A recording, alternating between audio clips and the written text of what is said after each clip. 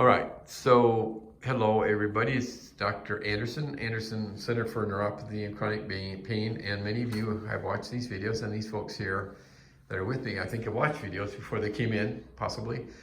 They come from the great state of Missouri, and this is Tony. Tony had surgery, and then we have Pam, daughter, who brought him here, and they've been here for a while. He is interesting because I really just want to converse with him.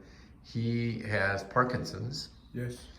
And also has restless legs, and it makes for a unique combination. We don't see a lot of this, and just from an educational point of view, there may be others of you out there that have Parkinson's and have separate issues with restless legs, and how does that all work? And I don't have all the answers because it's not something we see. Plenty of people with restless legs, but not always that have Parkinson's also. Right.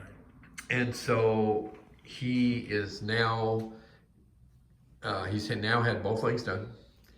And just kind of briefly explain what's happened. I mean, you pretty much after the first leg was done, because we do these a week apart, first leg was done, seemed to be working better. Now we've done the second leg. The first leg was your right leg down here. And now, just a couple days ago, we did the left leg. He's going to be going back to Missouri in a day or two. So just to explain to people watching what you think it's done for the restless legs part. Well, after we did the right leg, the first one, I felt immediately that the restless leg wasn't bothering me anymore. Okay. The first night, if I remember it right, and Pam can help me, but I had a little restless in it, but I attributed it more to the Parkinsons, right, most likely. And I do have a stasis dermatitis on my legs. It makes them itch. Stasis dermatitis makes them itch, right? Yeah, and it will make my legs twitch. Right. And so, but I haven't really had restless legs, I don't believe, in my right leg, right, since they were operated on. Okay. And then we did the left leg, and I feel like it's completely successful at this point. Right. As far as I can tell, we're just started on it, but I had a little restlessness in it last night. Right.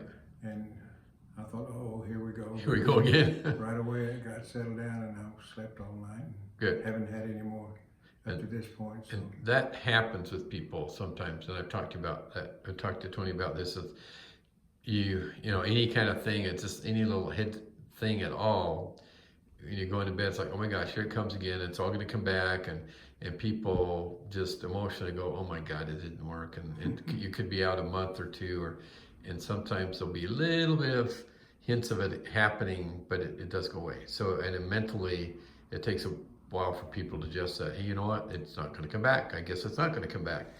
I'd like to say that the 3 nights, I think I told you this before I came here, the last 3 nights, I had that restless leg so bad. Really bad. You'd have thought I was having an epileptic fit. Oh, really? It was pretty bad. Yeah. It lasted a long time. And okay. You think you're not going to ever quit, so you right. go to bed. So. And what do you think, Pam? I mean, just you're being around him. Does he seem like he's better? I think so. I'm hopeful. I'm very hopeful. Okay. I mean, so far he's not had any extended all night episode. Okay. Or it gets settled down. Right. The few little what he's had. Right. So, yeah. And I think that the discussion we've been having before y'all go back to Missouri is like, well, we keep track. We'll be calling you in a couple weeks, but it's going to be interesting because I think he's struggling with figuring out, how much of the symptoms that you have are related to the Parkinson's versus the restless legs. And I don't have an answer for that. And I think all I can say is, my wisdom of having done this for quite a while, we just have to wait and see. Yeah, and I think that's true. I don't want to overpromise what I can do for your restless legs. And, we have people, it doesn't work. Most of the time that's not true, it does work. But for you, it's complicated because you got the Parkinson's.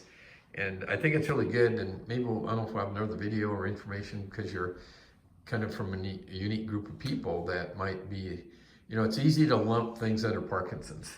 That's what I'm trying to say. A lot of people don't understand that they may have 80% of the problems, restless legs, and 20% Parkinson's, or the other way around. So it's this is kind of good, and it's a learning experience for us too. So. And the other benefit we feel like he's getting is the neuropathy in his feet. Oh, thank you.